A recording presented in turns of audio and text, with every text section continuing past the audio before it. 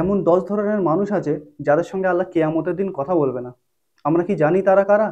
আসুন আমরা জেনে নিই, যা থেকে আমরা সেই 10 ধরনের মানুষের থেকে বাঁচতে পারি, তাদের মধ্যে যেন আমরা সামিল না হয়ে যাই।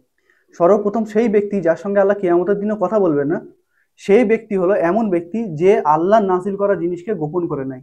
দ্বিতীয় ব্যক্তি হলো এমন ব্যক্তি যে কারোর সঙ্গে কোনো ওয়াদা করে সেটাকে ভেঙে দেয়। তৃতীয় ব্যক্তি সেই ব্যক্তি যার কাছে অতিরিক্ত পানি আছে কিন্তু সে কোনো মুসাফিরের সঙ্গে সেটাকে শেয়ার করে না।